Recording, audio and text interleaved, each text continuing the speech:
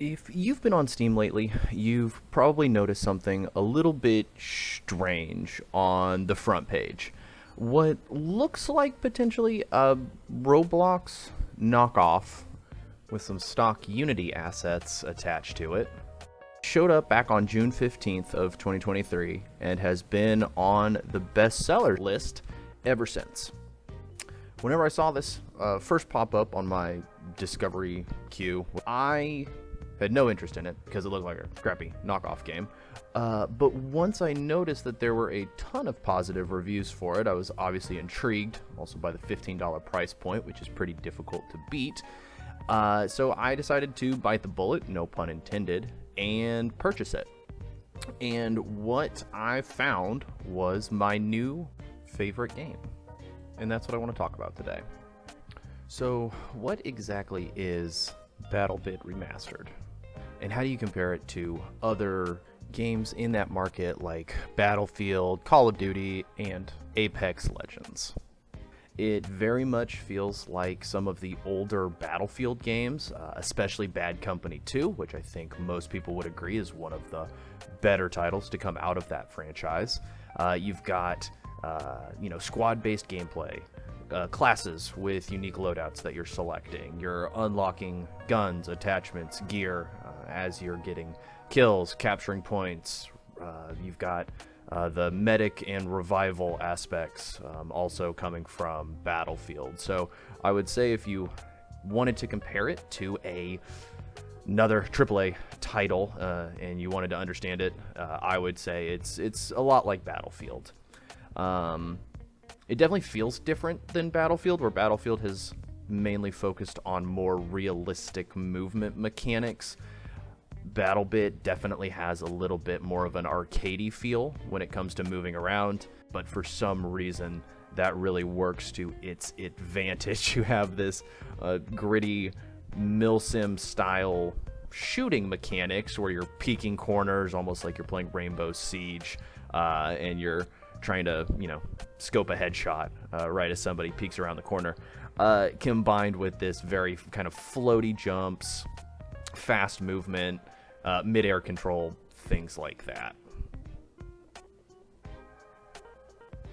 The game also has this really fun local voice chat functions built in, so both your teammates and actually the enemies that you're around, you'll pick up their mic inputs, which leads to some really fun moments in the game. That's one thing that I think a lot of people who play this game will find, is that it's actually worth your time to turn your mic on and talk with the people around you. There are some very fun moments. It's very unhinged. It very much feels like an early 2000s LAN party where it's just you and your buddies having a fun time. Once again, that's something you'll hear me say a lot, is that this game is fun. If you don't want to get to the end of the video and you want a recommendation, I can't recommend this game enough.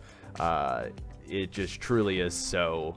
It's got these weird social aspects to it where you're chatting with people as you're hunkered down trying to take a base. And it's just something that you don't get in a lot of video games anymore. It feels like it has a relatively positive community at the time of this video coming out. But you'll meet people.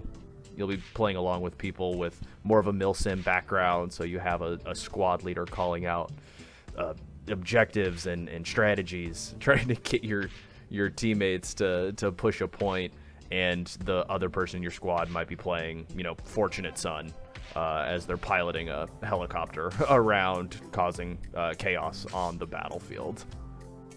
Now, the game is in early access, and where normally that pushes me away from them, I've just been burned on too many early access titles on Steam, to be honest. This game does not really feel that way. The core mechanics of the game are incredibly polished, incredibly tuned. The shooting feels great. The time to kill is super crispy and unforgiving, which can be frustrating whenever you're first hopping in. But you start to learn how to mitigate that. It really, just like every other shooter game, it comes down to map knowledge, keeping an eye on your angles, That being said, even though I've been singing its praises this entire time, I guess it would only be fair to show both sides of the coin and present feedback for and against this game.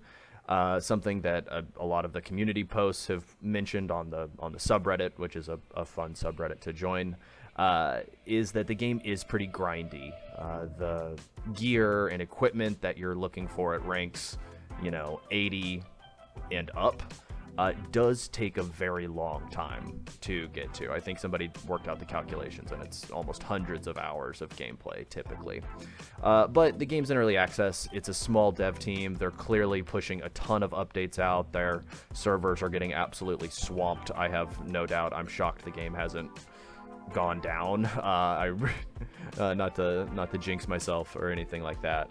But those are going to be things that get dialed in and fixed in upcoming patches. So that's really one of the only complaints I could even state, is that it takes a while. Some of the gun attachments are also not completely implemented as of yet. You'll unlock a couple attachments and then notice that they either don't do anything or lower your stats a little bit, but it is minuscule. I've never noticed it personally, because they give you plenty of attachments that work just fine and do buff your gun, which is fun. Like most shooters, there are certain guns, classes that rule the meta. For right now, it's playing the medic class using the Vector, which is just an absolute laser of a gun that you will die to many, many times in your BattleBit career. But that's just the nature of the beast, and it's going to be fixed. It's going to be patched. They're going to be balancing guns, and all of the guns are viable. People will complain about certain classes of them. The DMRs are notoriously low power and difficult to use, but even they are viable. It is still you're still more than able to get kills with every gun in the game. The time to kill in this game is pretty unforgiving. It's pretty brutal. For the most part, if you can get the drop on anybody, you can take them down, and if somebody peeks a corner and you weren't ready for it, you're probably going to get dumped on pretty hard. That is one thing I would just rip the band-aid off now if you do end up buying this game and getting into it. Definitely give yourself 5 to 10 games at least.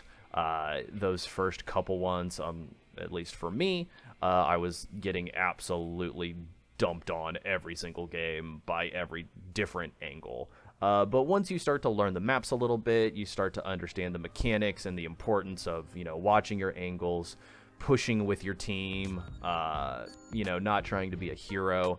If you come at it with more of a Call of Duty or Warzone mindset, you were probably going to get smacked around your first couple games. You do have to, as arcadey as the movement is, you do have to take a second and slow down sometimes. And that would just be my advice to you, so that you're not screaming at your computer like I was when I first started playing. And that pretty much wraps up everything I wanted to talk about today. I've been having an absolute blast playing this game. When I first saw it on the Steam page, I couldn't find much information on it, and I figured might as well be the guy to talk about it. So after hearing all this and seeing some clips of gameplay, it looks intriguing. I'm far from the best. You see me get kind of annihilated in most of the clips that I'm showing right now. But yeah, if you end up purchasing it and having a fun time, definitely, drop me a comment. Let me know what you thought. It is always appreciated. Never made a video before, but I just had a lot of thoughts about this game that I wanted to get out and share. So until I see you out on the battlefield, this has been the Firing Squad, and we will see you later. Cheers.